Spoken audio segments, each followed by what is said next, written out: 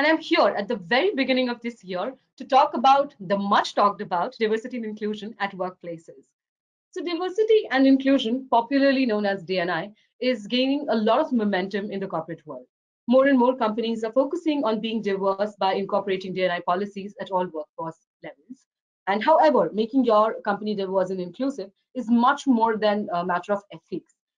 It is also driving force of growth, revenue, and profit. And D&I also refers to the set of strategies, policies, and maybe those some missions that are adopted by the company to create and encourage an inclusive workplace that attracts a diverse pool of talent from various cultural backgrounds.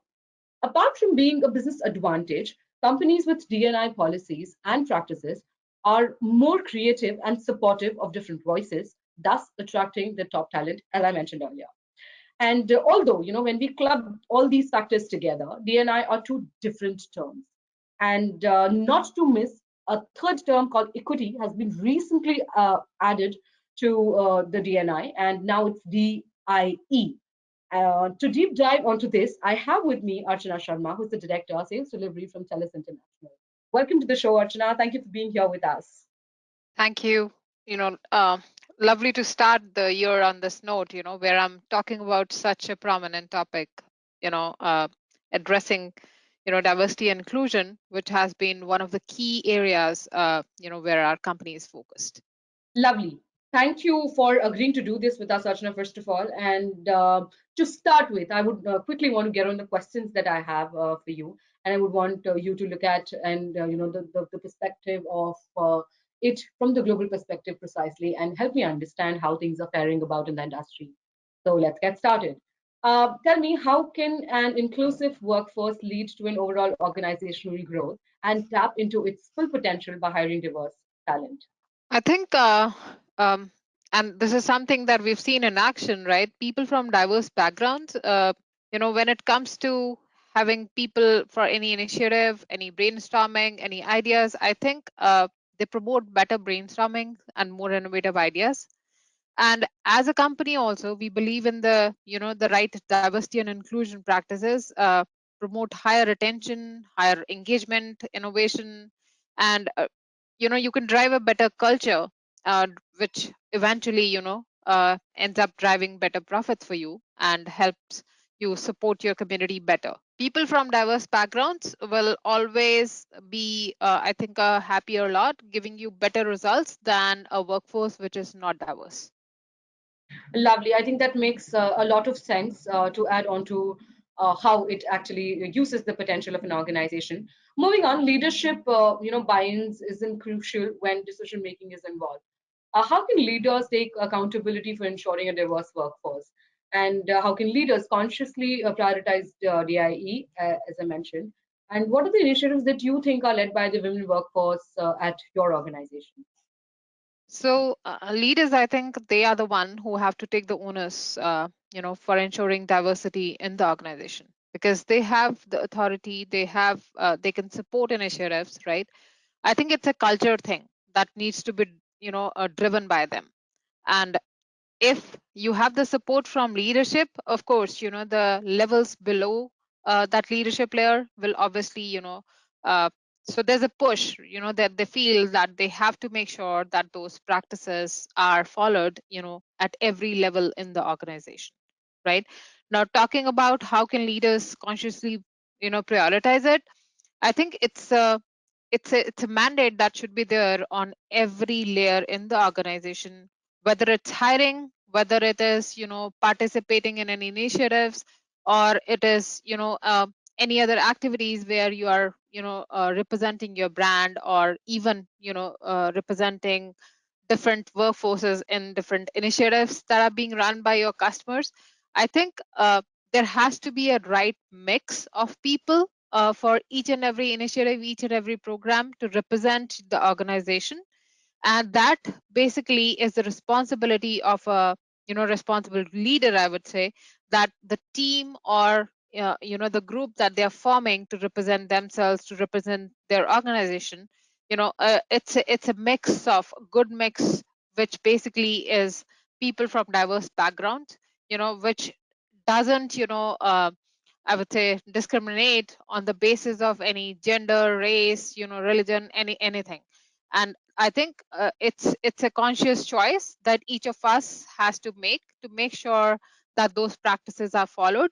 And I think another way of doing it is making more and more people aware, that you, these kind of things, how they promote better work environment, how you can support these kind of initiatives, and what in turn these initiatives can do for your organization. So I think it's a choice, it's a conscious choice, and it's a culture thing that every leader has to support.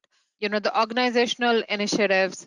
So I think like in service delivery itself, which I'm a part of, we have a good number of women leaders. Our HR function is led by a woman, right? Which is a very powerful function. There are leaders in the company.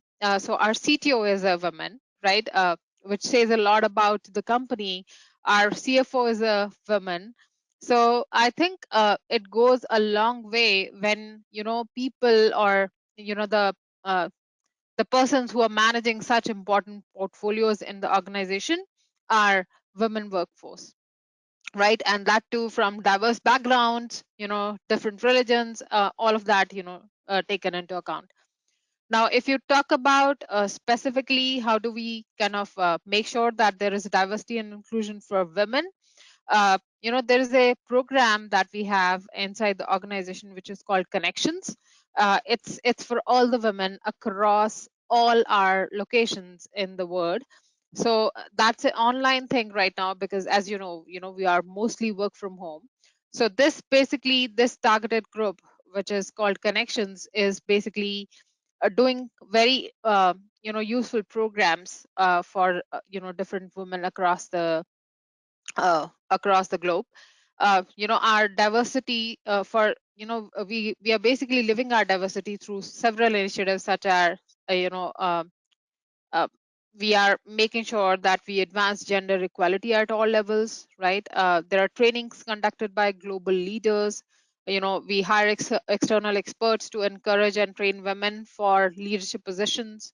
There are health sessions. A lot of them were done in the last year as well. Uh, you know, and there are health sessions specific to women, such as cancer awareness, women health, right? So all of these initiatives, they are run for women workforce.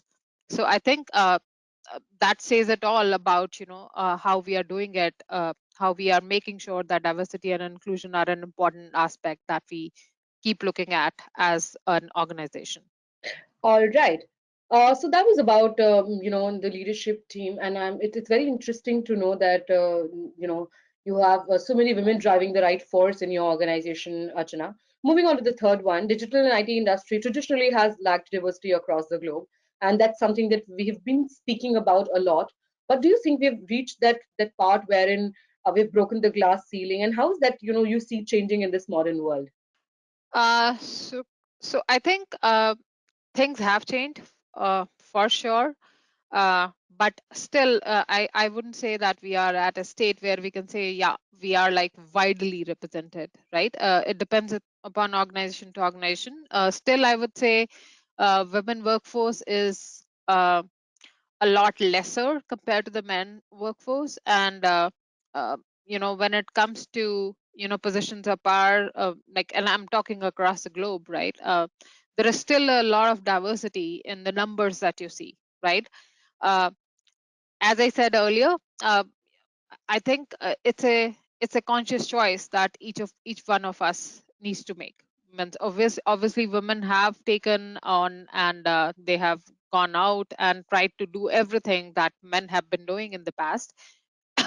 But I think this modern world, what has changed is, with the evolution of social media, other things, I think people have been more open, aware, as well as more vocal about things, right? Which has resulted in more and more of these concepts coming out open in the public, and people becoming more aware to support these initiatives. So I wouldn't say that we are there yet, but I would definitely say that there have been like for sure, like good amount of progress that has been made, from where we had been a couple of years back, but there still needs to be continuous progress. Absolutely, I think I agree to that, and I second that. It's a constantly evolving world, so we have to match up to the pace where things and people both are changing with the advancement of technology. Archana. Moving on to the next one, Absolutely. do you think it's essential? Do you think it's essential to include DIE training workshops and mandate for all employees in an organization to create a more engaging and trustful workforce? How do you think the entire perspective of the employees is equally important when it comes to abiding by the strategies or the rules that we are trying to embed into? Okay, so I'll take it up in two parts, right? To answer to your first question is, it is absolutely essential to do these DIE training workshops, right? Because as I said, these concepts are still evolving, right? In the past few years, there, there has been much visibility around diversity, inclusion, and as you said earlier, right, equity is another aspect that people have started looking at, organizations have started adopting. Uh, but to make people aware, right? And traditionally, the way the word has been set up, we are trying to move away from things that have been the traditional way of doing things, right? Men getting more priority, or even the biases, whether conscious or unconscious biases against different criteria like gender, race, religions, all of those, like with time they are changing, right? So absolutely important to make sure that we are having those training workshops, and it should be mandatory for all the employees in an organization, right? Because awareness is the key, right? And until unless you don't make sure that people are aware and they agree to the approach. And since I said our organization is a major supporter of diversity and inclusion. We were like Forbes best employers for diversity in 2022. So I think it's very important, and in the organization also we are continuously making sure that these initiatives are continuously going on and our employees are aware and supportive of all DIE initiatives. So the second part of the question was, how do you think the employees it's important for them to create more engaging and trustful workforce? I think from an employee's perspective, their support is needed for any such initiatives, right? Um, and this is not just specific initiatives which are like we are trying to promote women or anything. We have special interest groups, which are promoting team member interests. Those could be any specific interests like fitness, right? Cricket, for instance, is it's like a religion in India, right? So I think sponsorship for these groups is something which is helping our people or the team members. Uh, you know, we are very proud to see our teams uh, in these special interest groups, reaching specific stages in the external competitions, or participation in different marathon sports, etc. I think making sure that these special interest groups exist and they are able to reach out to each and every individual in the organization so that they feel valued, and they feel that okay, they have equal opportunity to participate in anything that the organization is doing, is very important. If people feel that way, they'll make sure that they support you, and that support is essential for any organization to sustain and grow. Thanks, Archana, for that. Moving on to the next one.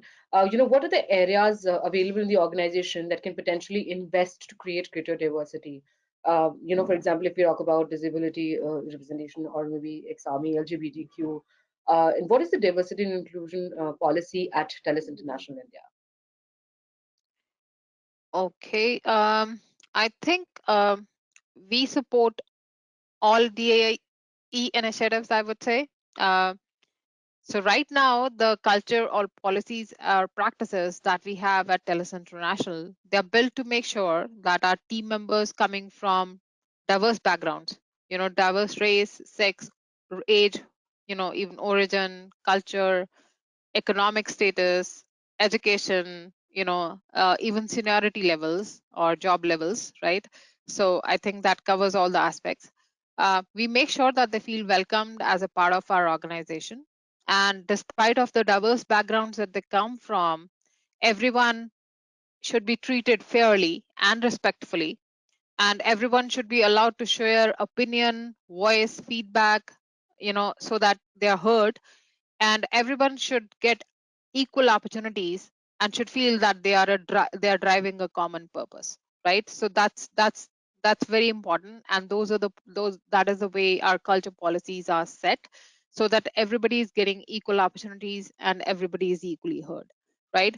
Our sites are built keeping in mind the needs of our team members from diverse backgrounds are well adapted, and especially the abled team members, as we talked about.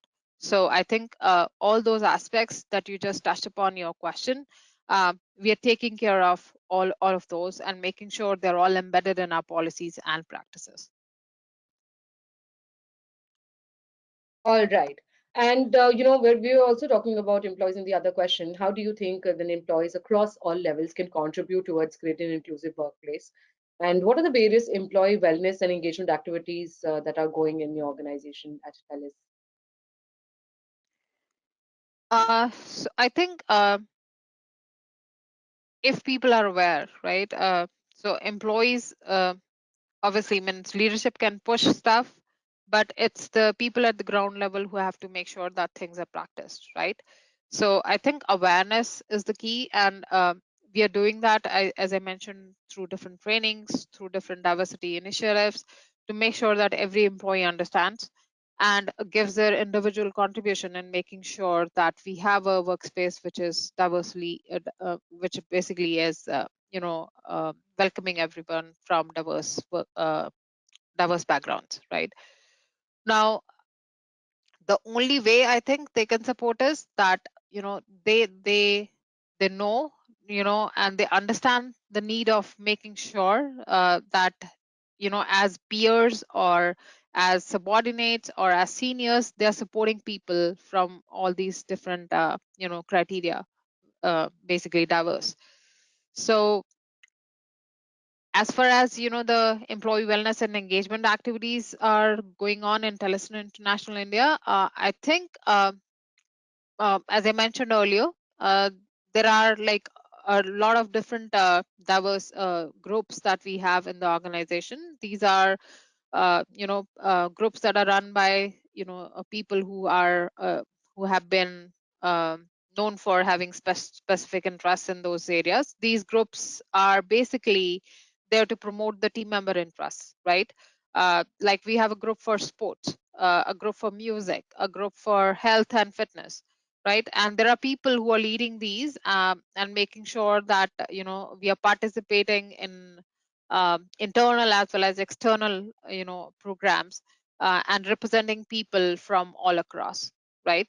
uh, there are other provisions as well, like we recognize our team members through special luminary awards, right? Which were introduced in TELUS International a few years back, and these awards are dedicated to diversity and inclusion, right? Where we recognize our team members who are actively contributing towards diversity and inclusion, right? So I think that's a motivation for people when they see people getting nominated and awarded for their contributions. There are more and more people who kind of uh, feel that they should be contributing to these initiatives as well, right?